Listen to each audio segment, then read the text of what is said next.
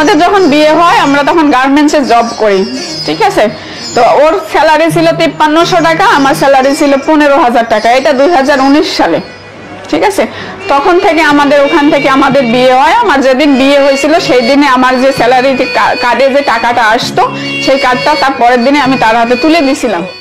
আমার হাজবেন্ড যখন তার বাপের সাথে আমাকে জড়াই দিছিল, আমি বলছিলাম যে এইসব কথা বইলো না, এইসব কথা কখনো সম্ভব না, আল্লাহর আরশ পর্যন্ত কেঁপে যায়, দোহাই লাগে আল্লাহর, তুমি একটু থামো, একটু ভেবে কথা বলো, এইসব কথা আসলে মানে বলার মতো না, শোনার মতো না। তো সে আমাকে উত্তর দিত কি জানেন, এইটা হচ্ছে জাহেলি যুগ, এই যুগটা হচ্ছে জাহেলি যুগ, যেখানে হচ্ছে বাপ হচ্ছে মেয়ের সাথে সম্পর্ক, আর সেখানে তো হচ্ছে শ্বশুর, মানে নিজের বাপের সাথে মেয়ের পেটে নাকি বাচ্চা থাকে, আর সেখানে তো হচ্ছে সে শ্বশুর। এই জাহেলি যুগে সবই সম্ভব।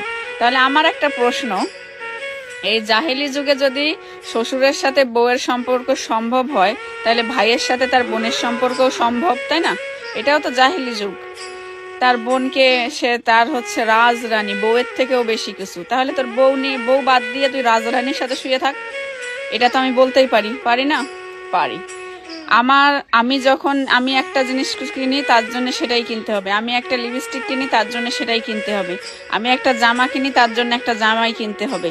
আমি ঈদে 1 টাকা ঈদ বোনাস পাই না, তারা পায় 5000 10,000 করে টাকা ঈদ বোনাস। হ্যাঁ, তাহলে প্রায়োরিটিটা কোথায় যায়? ফার্স্ট প্রায়োরিটি কে পায়? রাজরানী, বউয়ের থেকেও বেশি কিছু। হ্যাঁ, তাহলে এটা যদি জাহেলি যুগ হয়, শ্বশুরের সাথে বউয়ের সম্পর্ক হয়ে থাকে, তাহলে ভাইয়ের সাথে তার বোনের সম্পর্ক হয়ে থাকে। শ্বশুরের বাচ্চা যদি বউয়ের পেটে থাকে, তাহলে হচ্ছে ভাইয়ের বাচ্চাও বোনের পেটে থাকে। এত কিসের টান? আমাকে বলতো, আমার শ্বশুর যদি না খেয়ে থাকতো, আমি যদি একটু 2 প্লেট তাকে ভাত দিতাম, কিন্তু 1 চামচ তরকারি দিতাম, সে আমাকে বলতো এত কিসের টান? আপনার এত কিসের টান? আপনার বোন কি আপনাকে সবকিছু দিছে উজাড় করে? আপনার এত কিসের টান যে হাজার হাজার টাকা তার পিছনে খরচ করেন, হাজার হাজার লক্ষ লক্ষ টাকা তার পিছনে খরচ করেন? কিসের টান? জাহেলি যুগ কিন্তু এটা। আমি আজকে মাত্র 2টা ভিডিও বানাইছি তার বিরুদ্ধে। এতদিন কিন্তু সে আমাকে আজকে 10-15 দিন ধরে আমাকে পচাচ্ছে আমার বিরুদ্ধে, নানা রকম আমার ইজ্জত মাইরে ভিডিও বানাচ্ছে, সবগুলা মিথ্যে ভিডিও বানাচ্ছে। আমি কিন্তু কিছুই বলি নাই। আজকে যখন আমি তার বিরুদ্ধে মাত্র 2-3টা ভিডিও বানাইছি, প্রমাণ দেখানো শুরু করছি, তখন সে আমাকে মেসেজ দিয়ে বলতেছে এগুলা বাদ দাও, আমার ছেলের ভবিষ্যৎ আছে, ছেলে একদিন স্কুলে যাবে, তার মান সম্মানে লাগবে।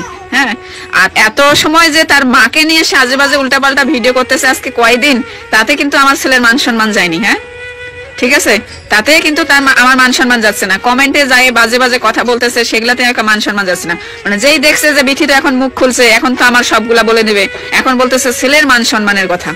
ঠিক আছে, তো আজকে আমি ফেসবুকে লাইভে যেতে চাইছিলাম অনেক কিছু বলার জন্য। তো আমার আইডিটা হচ্ছে নতুন, ওখানে আবার কমিউনিটি গাইডলাইন আছে, 100 ফলোয়ার লাগবে, আর হচ্ছে 60 দিন ওয়েট করতে হবে। তো এগুলো তো আমার জানা ছিল না, সেজন্য আমি বলছি যে আমি লাইভে যাবো। তো যাইতে মানে যাবো, তখন দেখছি এই অপশনগুলো দেখাচ্ছে। ঠিক আছে, তো যাই হোক, আমি কেবল দেখানো শুরু করছি। আমাকে যে চরিত্রহীন বানাইছেন, আমাকে জেনাকারী বানাইছেন, আমাকে কি বলবো, মানে 10 জনের কাছে এত পরিমাণ খারাপ বানাইছেন আমার চরিত্র নিয়ে, তো আমাকে কিছু বলতে হবে না আমি কেমন? আর আপনি যে একজন কাজের মেয়েকেও ছাড়েন না, সেটা আমার জানা ছিল না।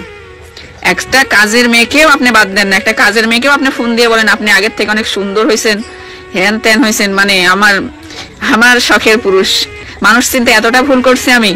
আর একটা কুকুরের লেজ কোনোদিন সোজা হয় না, সেটা এই মাত্র এই নেশাখোর মানিক, ইয়াবাখোর মানিক, একে না দেখলে কেউ বুঝতে পারবে না যে কুকুরের লেজ কোনোদিন সোজা হয় না। বিয়ের 6 বছর ধরে এই পর্যন্ত আমি আমার নিজ হাত দিয়ে তার ওরকম 50টা রিলেশন আমি ভাঙছি, 50টা আমি রিলেশন ভাঙছি তার। আমি তাকে বারবার সুযোগ দিছি, কিন্তু যে সে জানি ভালো হয়, আমি তাকে বারবার সুযোগ দিছি। উল্টা সে আজকে আমাকে হিসেবে বলতেছে যে সে আমাকে বারবার সুযোগ দিছে, সে আমাকে বারবার সুযোগ দিয়ে ভুল করছে। ভুল আপনি করেন নাই, আমি আপনাকে বারবার সুযোগ দিয়ে ভুল করছি। ওই ফার্স্ট দিন যখন আপনি আমাকে বেল দিয়ে পিটাইছিলেন, সেই দিনই যদি আমি আমার পদক্ষেপ নিতাম, তাহলে আজকের এই 15 মাস ধরে আমার এই অমানবিক নির্যাতন সহ্য করা লাগতো না। সহ্য আমি করছি, ধৈর্য আমি ধরছি, সুযোগ আমি আপনাকে দিছি, আপনি আমাকে সুযোগ দেন নাই। আপনি কালকে পরশুদিন আমাকে ফোন দিয়ে বললেন যে বিথি, আপনি তোমার পায়ে ধরে আমার একটা সুযোগ দাও, লাস্ট জীবনে লাস্ট আর একটা সুযোগ দাও। আমার ছেলের মাথায় হাত দিয়ে বলতেছে আমি তো আমার আর মারবো না, অত্যাচার করবো না। আপনি আমার কাছে সুযোগ চাইলেন, আবার উল্টা আপনি আজকে আবার ভিডিও বানাচ্ছেন। আমি কিছু বলতে চাইনি, আমি সব সময় চাইছি যে সম্পর্কটার সম্মান থাক। ও আমাকে ছেড়ে দিবে দিক, তারপর ওর প্রতি আমার সম্মানটা থাক। কিন্তু আমি যখন দেখতেছি সে আমার নিজের সম্মান, আমার সম্মানটা সে রাখতেছে না।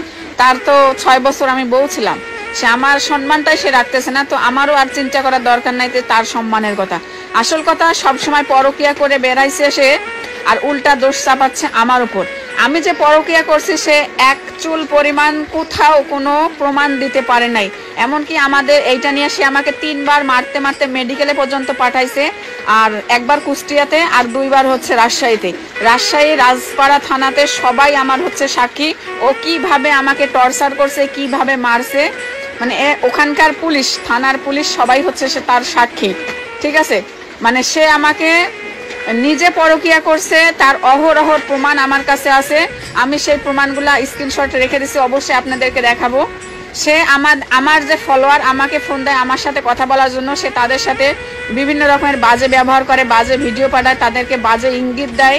এরকম অনেক অনেক মেসেজ আছে। আবার কি বলবো, মুখে আনাও পাপ।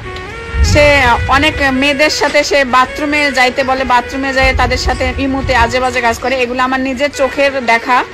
তো এগুলার জন্য আমি অনেকবার আমার বাপের বাড়িতে চলে আসছিলাম। আপনারা তো সবাই জানেন বাপের বাড়িতে চলে গেছে কি জন্য যাই। তো আমি একমাত্র অপরাধী, আমি পরকিয়া করে বেড়াচ্ছি, প্রত্যেক নিয়ত করি স্বামী বাদ দিয়ে। আমি মানে তোমাকেই বলতেছি, আসলে ভেবে দেখো ভাঙার সংসার মানে আর জোলা লাগবে কিনা। ছেলে মেয়েদের দিক তাকিয়ে অন্তত ভালো হও, ভালো কিছু করো, এটুকুই আমার পক্ষ থেকে তোমার প্রতি বার্তা।